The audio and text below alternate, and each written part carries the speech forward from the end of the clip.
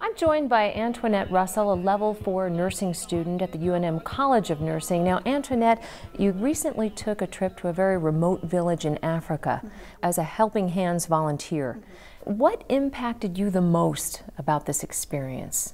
When we went to the district hospital one of the days, we went to the pediatric ward, and there were 2 giant rooms, and one room had tons of kids and their family members in it, and the other room was completely empty, and there was like the nurses station with a couple nurses there. And so my friend and I pulled out our cameras and we're like, let's take a picture of this to take back to the the College of Nursing so students can see what the hospital's like.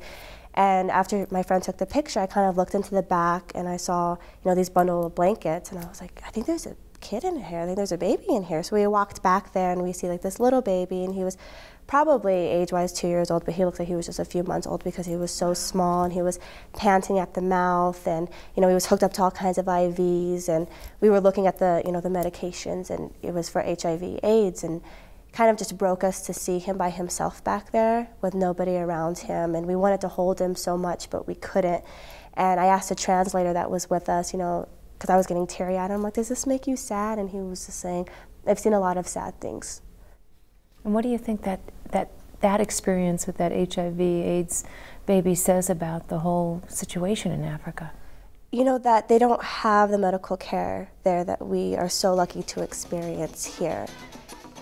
Over there, the medical staff, nurses and doctors, they're only in charge of the medical needs of the patient, but the families are responsible for all the other needs: food, washing, clothing. So if someone doesn't have family, and if they're fortunate enough to be able to afford the medical care, they're not going to be able to get the other basic needs. By the looks of the pictures that you brought back, you spent a good amount of time with these kids. We did. That was, that had to have such an effect on you, those children.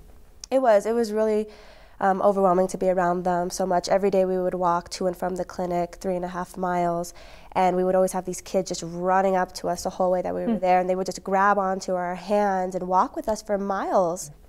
Describe some of the care that you gave the kids. And it was a lot of like well child checks. We checked their lungs, heart, ask them, how are you feeling, what's bothering you? And a lot of the kids, they have headaches, and it's because they don't get water. I would ask them, how much water are you drinking a day? They're like, a cup with dinner.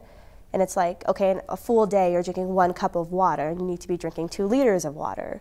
We saw a lot of kids with like fungal infections on their heads is because they don't have soap. We saw a lot of kids with teeth decay because they don't have a toothbrush and toothpaste. And so we were able to give them soap, toothbrush, toothpaste, like multivitamins, those very simple little things that they needed. Things we take for granted. Exactly, things we can go down to the store and get. Did everyone in OU Geese, young and old, receive some kind of medical attention in the short time that your group was there? Yes. So we saw about 2,500 patients in the span of the 5.5 days, ranging from all ages, and we tried to give something to everybody. By the last day, we were running out. And a lot of the people there, they just wanted somebody to talk to about what was happening with them, whether or not they needed something.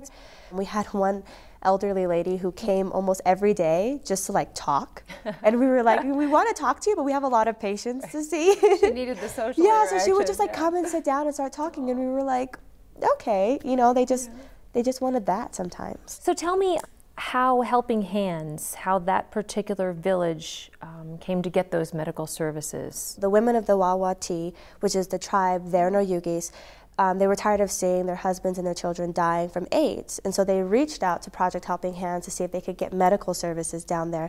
That's when Project Helping Hands went there. Were there any sort of taboos that you had to be aware of? A lot of the things that were taboo there were centered around like sex. We couldn't be open about it with them, or like asking them, they wouldn't be open with you about it, so you kind of have to weasel your way into finding out if they needed condoms or pads for the girls. And so whenever I was with a patient who was that I felt was probably sexually active or whatnot, I would kind of ask at the end, like, do you need condoms? And they're like, yes. Like they didn't want to outright tell me it. It's there, and they know that it's there, and it could be a problem with the spread of HIV, but they don't want to talk about it in the open way that we kind of communicate with our patients in American hospitals. Sure. How did they respond to your medical care? They were 100% open to our medical care and us, our presence being there, and it was amazing. They were so thankful for any little thing that we were able to do for them, whether it was giving them ibuprofen or Tylenol or multivitamins. There were some people there that we were able to give them the money that they needed to get procedures done at the district hospital, or their medications from the district hospital. Do you feel like healthcare is a basic human right? I do, actually, especially being there. I feel like everyone deserves to have that met, the very basics. You know, if they would have had soap and a toothbrush and toothpaste, then they wouldn't, you know, have fungus infections or rotten teeth that are leading to even bigger problems with their body. Education, we try and give our education, kids, and that's the sad thing that they don't have there is the education that we so easily can get here by going on WebMD. It's bigger than just medicine there. I always say, like, I don't want to go over there and change them to be more like us, you know, give them roads and malls and, you know, all that kind of stuff that we enjoy here, but just to give them just the basics. So now that you've got some time to reflect on the experience, what do you think is important for the rest of society, our society, to know? It doesn't take very much to help. Do you know what I mean? So if you know somebody who's making a trip overseas to do something, you know, it doesn't cost a lot to go down and buy some bars of soap or to buy some toothpaste or to just donate some money for the trip. And you know, a lot of people were saying prior to leaving, like, you're not going to make that big of a difference in 5.5 days of being there, you know, and I was like, I'm not going to change the world in 5.5 days, but you know, you change the world of some of those people that you saw. And a lot of the translators that we had there were like, you know, you don't know what this meant for us and for my village, because some of them were actually from the village of Oyugis.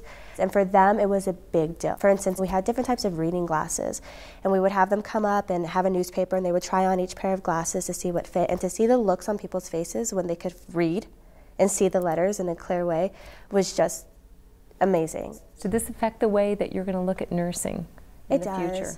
It affects the way I look at a lot of things in life. It affected the way that I feel about things, you know, little things that I took like, oh, that's so serious, you know, I don't have this, or I don't have that, you know, and then you see these people living with such little.